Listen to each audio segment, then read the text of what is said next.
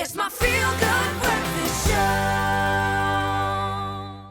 Well, thank you, Ewan. Well, I have to say, in the words of the great American author Toni Morrison, he once said that if there's a book you really want to read, but it hasn't been written yet, then you must write it. So basically, we're trying to awaken the inner writer in you, and we've got some great tips of how you can write a book in 30 days. In fact, it is the life editor of the Sunday Independent, Arja Salafranca, that has some great advice that you do not want to miss out. And who knows, by the end of this year, you might even be able to write author to your resume.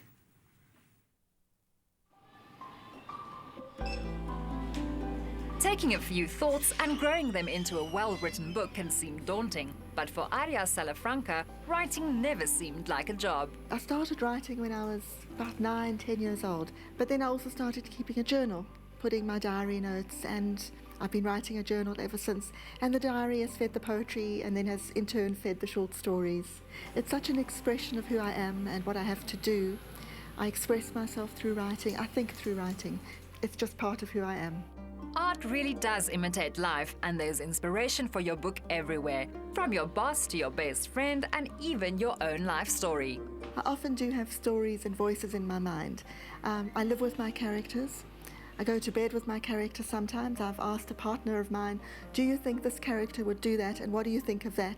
So when you're writing, your characters are very much a part of your life. And a lot of writers say that, and I think if they weren't part of your life, you wouldn't be very emotionally engaged with them. So it's very hard to let go, but you have to let go. And also if you let go, you open yourself up to the next thing. Once you get over the procrastination and decide that you're going to write a book, commit to it, writing every day, perhaps try it for 30 days.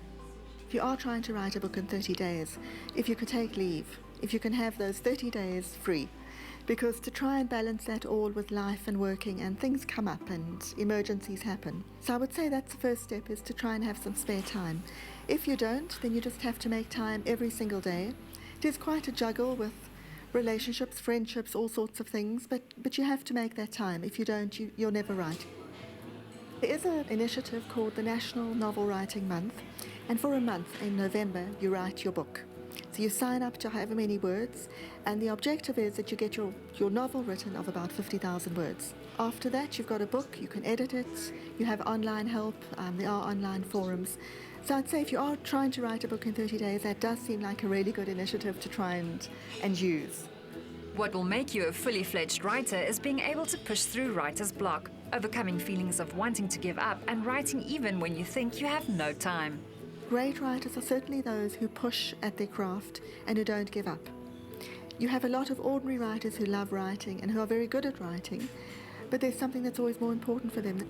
And you look at somebody like Hemingway, who lived very poor when he was in Paris, and he was a great writer because he gave everything to his art. You have a lot of great writers now who do have these full-time jobs or who balance it with more flexible work like freelance work and editing and teaching and those kind of things. And I think you make yourself a great writer by giving yourself to the craft. It's very hard to be a writer. You have to know what you want to put out there. And read also in genres that you don't like. But the best advice is always to write. Just write. Just put pen to paper. Write whatever you want to write. And write poetry, write short stories, write essays, write everything. So the big secret to writing a book is to simply write, one word at a time. You'll never know if you can win a Pulitzer Prize if you don't give it a try.